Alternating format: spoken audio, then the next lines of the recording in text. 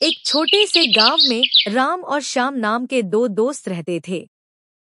दोनों की उम्र बराबर थी और वे एक ही स्कूल में पढ़ते थे। राम हमेशा समय का पाबंद और मेहनती था, जबकि श्याम आलस करने में ही मजा लेता। सुबह सुबह मुर्गे की बांग सुनकर राम उठ जाता, मुंह हाथ धोकर बैठ जाता और किताब खोल लेता। उसकी माँ मुस्कुराते हुए कहती, वाह बेटा, इतनी सुबह उठकर पढ़ाई करना बहुत अच्छी बात है। राम खुशी से जवाब देता, माँ, सुबह का समय सबसे अच्छा होता है। दिमाग भी ताज़ा रहता है और पढ़ाई आसानी से समझ में आती है। वहीं दूसरी ओर श्याम गहरी नींद में खर्राटे मार रहा होता। उसकी माँ बार बार आवाज देती, श्याम बेटा, उठ जाओ, स्कूल के लिए देर हो जाएगी। लेकिन श्याम रजाई सिर पर खींच लेता और कहता, अरे माँ, बस 5 मिनट और सोने दो। और ये 5 मिनट पूरे 1 घंटे में बदल जाते। राम समय से पहले तैयार होकर स्कूल पहुंचता। वह क्लास में बैठकर ध्यान से पढ़ाई करता और गुरुजी से सवाल पूछता। गुरुजी भी खुश होकर कहते, राम, तुम बहुत अच्छे विद्यार्थी हो। मेहनत करते रहोगे तो जरूर सफल होगे। श्याम स्कूल में अक्सर देर से पहुंचता। क्लास में भी उसका ध्यान इधर-उधर भटकता। जब गुरुजी सवाल पूछते तो वह चुप हो जाता। गुरुजी उसे समझाते, श्याम बेटा, अगर आलस करोगे तो आगे पछताना पड़ेगा। लेकिन श्याम हंसते हुए कहता, गुरुजी, अभी तो बहुत समय है पढ़ाई करने का। जब परीक्षा नजदीक आई, राम पूरी लगन से दोहराई करता रहा। उसने पूरा साल मेहनत की थी, इसलिए उसे कठिनाई नहीं हुई। श्याम ने सोचा, अब तो बस 1 हफ्ता बचा है, मैं सब रट लूंगा। लेकिन जैसे ही वह किताब खोलता, नींद आने लगती। कभी वह खेल में निकल जाता, कभी दोस्तों के साथ घूमने। राम आत्मविश्वास से परीक्षा देने गया। उसने हर प्रश्न का उत्तर लिखा और संतुष्ट होकर बाहर निकला। श्याम की हालत खराब थी। उसे कई प्रश्न समझ ही नहीं आए। जो थोड़ा बहुत याद था, वह भी घबराहट में भूल गया। परीक्षा हॉल से बाहर आते ही उसके चेहरे पर उदासी साफ दिख रही थी। परिणाम का दिन आया। राम ने अच्छे अंक प्राप्त किए और स्कूल में उसका नाम सम्मानित विद्यार्थियों में लिया गया। उसके माता-पिता बहुत खुश हुए। श्याम का नाम फेल विद्यार्थियों की सूची में था। उसके माता-पिता और गुरुजी निराश हो गए। श्याम रोते हुए बोला, काश मैंने भी राम की तरह मेहनत की होती और आलस न किया होता। राम ने कंधे पर हाथ रखकर कहा, श्याम, गलती हर कोई करता है, लेकिन गलती से सीखने वाला ही आगे बढ़ता है। अब अगर तुम मेहनत करोगे, तो अगली बार जरूर सफल हो जाओगे।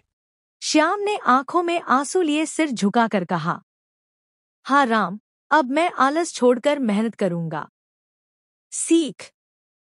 आलस इंसान को पीछे धकेल देता है। मेहनत और समय का सही उपयोग ही सफलता की असली कुंजी है। 7 पहाड़ों और 3 नदियों के पार एक चमकदार कांच का शहर था, अलवाना।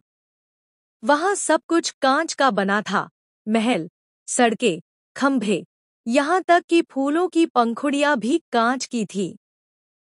और इस अनोखे शहर की रानी थी, रानी महर। रानी महर बहुत सुंदर थी, पर उसके साथ एक अजीब समस्या थी, वह सब कुछ भूल जाती थी। कभी नाम भूल जाती, कभी रास्ते, कभी अपनों के चेहरे। शुरुआत में सबने सोचा, यह कोई छोटी बीमारी है, पर धीरे धीरे उसकी भूलने की आदत गहराती गई। रानी हर सुबह उठती और अपने ही कमरे को अजनबी की तरह देखती। दर्पण में चेहरा पहचानना मुश्किल हो जाता। वह अपने सेवकों से पूछती, क्या मैं सच में इस महल की रानी हूँ? सेवक मुस्कुराते, जी हाँ, आपकी प्रजा आपको बहुत मानती है। लेकिन प्रजा परेशान होने लगी। महल के फैसले रुक गए। रानी को किसी की भी बात याद नहीं रहती थी। मंत्रीगण चिंतित थे, रानी की याददाश्त जाती जा रही थी और साथ ही राज्य की दिशा भी। एक दिन महल के द्वार पर एक साधु आया, लंबी सफेद दाढ़ी, चमकती आंखें और लकड़ी की एक टेढ़ी मेढ़ी छड़ी। उसने कहा, मैं जानता हूं कि रानी की यादें क्यों खो रही हैं। मंत्रियों ने उसे रानी के सामने लाया। साधु ने शांत स्वर में कहा, रानी मेहर, तुम्हारी यादें इसलिए जा रही हैं क्योंकि तुमने लंबे समय से किसी का दुख महसूस नहीं किया, किसी की मदद नहीं की, किसी की आंखों में झांक कर देखा नहीं। यादें सिर्फ सिर में नहीं, दिल में होती हैं। जब तक तुम लोगों का दुख बांटना शुरू नहीं करोगी, तुम्हें कुछ याद नहीं आएगा। रानी ने पहली बार किसी बात पर ध्यान दिया। वो कुछ पल चुप रही, फिर बोली, तो मुझे क्या करना होगा? अगले दिन रानी अपने महल के रेशमी वस्त्रों को छोड़ साधारण सफेद साड़ी पहनकर शहर में निकली। लोगों ने हैरानी से देखा, ये वही रानी है जो अब तक पर्दों के पीछे थी। वह सबसे पहले बाजार गई, जहां एक अंधा बूढ़ा बैठा था। उसने रानी से कहा, बिटिया, कोई मेरी लाठी खोज दे। रानी ने खुद झुककर उसकी लाठी उठाई और हाथ में थमाई। और तभी एक हल्की सी झलक उसके बचपन की एक याद जैसे झिलमिलाई। फिर वह एक विधवा महिला के पास गई जो मिट्टी के बर्तन बनाकर बेच रही थी। रानी ने उसकी मदद की बर्तन धोने में, और एक और स्मृति लौट आई, उसकी माँ की मुस्कान। रोज रोज रानी गरीबों, बच्चों और बेसहारों के बीच जाती, उनके साथ खाना खाती, कहानियां सुनाती और धीरे धीरे उसकी खोई हुई यादें लौटने लगी। एक दिन जब वह लौट रही थी, एक बच्चा दौड़ता हुआ आया और बोला, रानी माँ, आप अब भूलती नहीं ना? रानी ने उसे गोद में उठाकर कहा, नहीं बेटा, अब नहीं, क्योंकि अब मुझे याद है कि मैं कौन हूँ।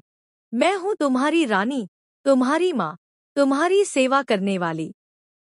उस दिन कांच का शहर और भी चमकने लगा, क्योंकि उसकी रानी को उसका दिल वापस मिल गया था।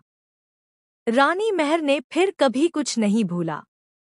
वह रोज राज्य भर में घूमती, लोगों से मिलती और कहती, यादें दिमाग में नहीं, इंसान के दिल में बसती हैं।